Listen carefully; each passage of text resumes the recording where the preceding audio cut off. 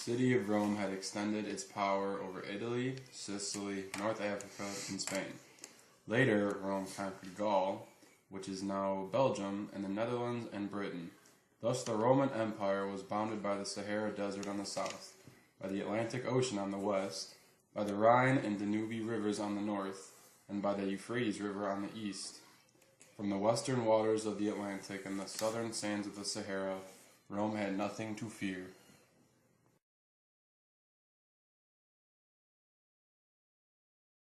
In mortal dread of the Huns, a German tribe, the Visigoths, in 376 crossed the lower Danube, exactly 100 years before the last empire was removed by Odoacer. It was the first tribe of barbarians to enter the empire. Soon they were joined by the Ostrogoths.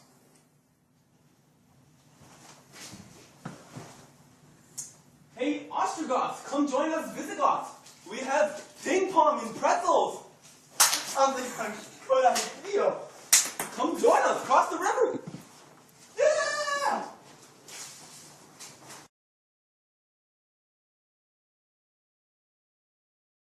Valens, in the year 378, gave them battle near the city of Adrianople. The Roman army was annihilated, and Valens was killed. His successor was Theodosius. An able statesman and general, he subdued the Goths.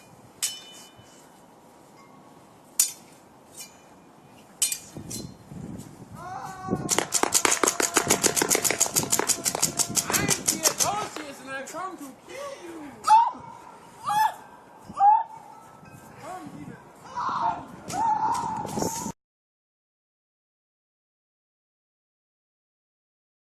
410 Rome was sacked by Goths under Alaric. For 6 days and nights the barbarians trooped in the city. Soon the streets were wet with blood. The palace of the emperors and the residence of the wealthy citizens were stripped of their costly furniture, their precious vessels and jewels, and their silken and velvet hangings, and their beautiful objects of art. The city which had plundered the world was now itself plundered.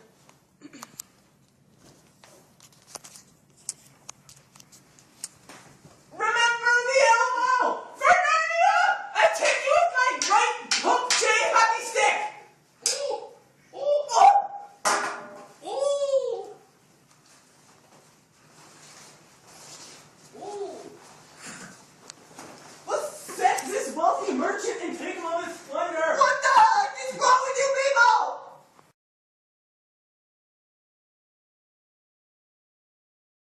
Was sitting in his cave in Bethlehem, writing his commentary on the prophecies of Ezekiel. When he heard the news, he was overwhelmed with anguish and consternation. He believed that the Antichrist was at hand. He was so struck with horror that he could scarcely pick up courage to work. Oh! It's the Antichrist! Ah! I can't! I just simply can't! Ah!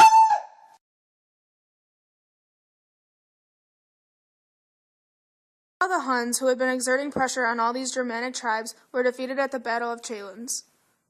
You've been defeated. You let me down, Paul. I let you down, Master Uguay. Now, you must die with honor. I put you in the whooshy finger hold. Give me your pinky. You'll know what happens when I flex my pinky. You die with honor, Paul.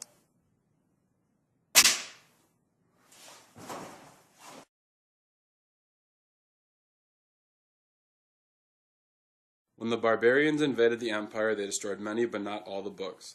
Thousands of the inhabitants of the empire were killed, but among those who were not killed were a good many educated people.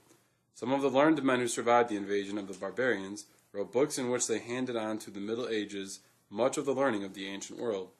This is where the monks played an important part. Many of them were educated and could read and write. There were no printed books at this time. All books were written by hand.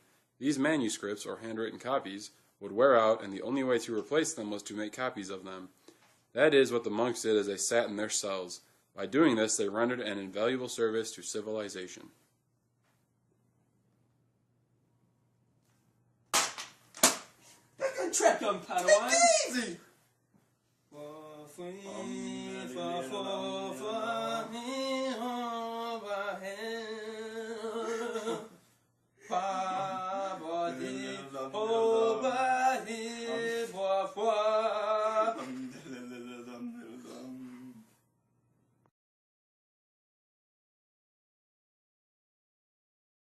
Franks, under the leadership of their king Clovis, gradually extended their rule over all Gaul. From that time on, Gaul was called France. The Franks were the first Germanic tribe to adopt Christianity after the invasion.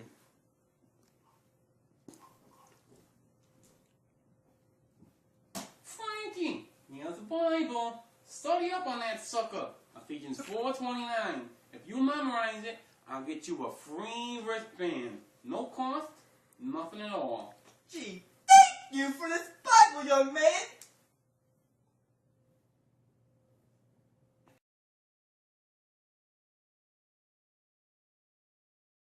The story told about the conversion of Clovis is very similar to the story told about the conversion of Emperor Constantine.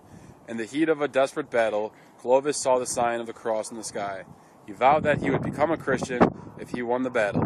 After the victory was gained, he was baptized together with 3,000 of his warriors on Christmas Day of the year 496 in the city of Rheims.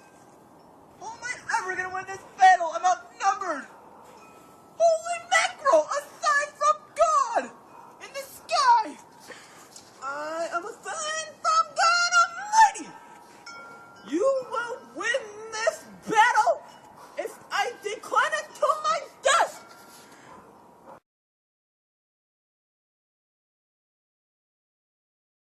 One of the greatest gods of the German heathen was Thor. Boniface cut down a big oak which was believed to be sacred to that god. The heathen looked on with awe, expecting that Thor, the god of thunder, would strike him down with lightning. When nothing happened to him, the heathen gave up their belief in Thor and accepted Christianity. Of the wood of the oak, the missionary built a chapel. To this day, Boniface is known as the Apostle of Germany. Take it down. Don't mind if I do. All right. Sweethearts, I can knock this thing down. Come here. Oh, the big boy. Come here.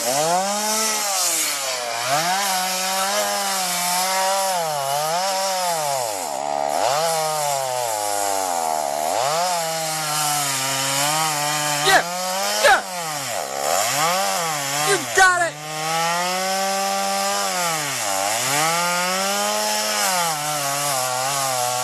Tally ho!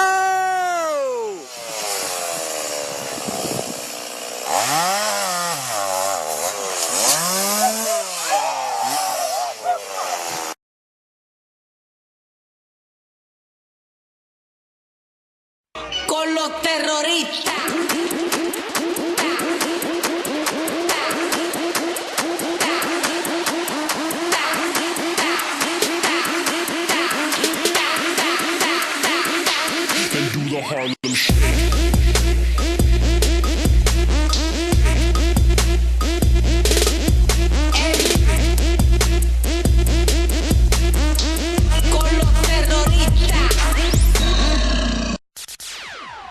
Yo, listen up, here's the story about a little guy that lives in a blue world. And all day and all night and everything he sees is just blue. Like him, inside and outside, blew his house with the blue little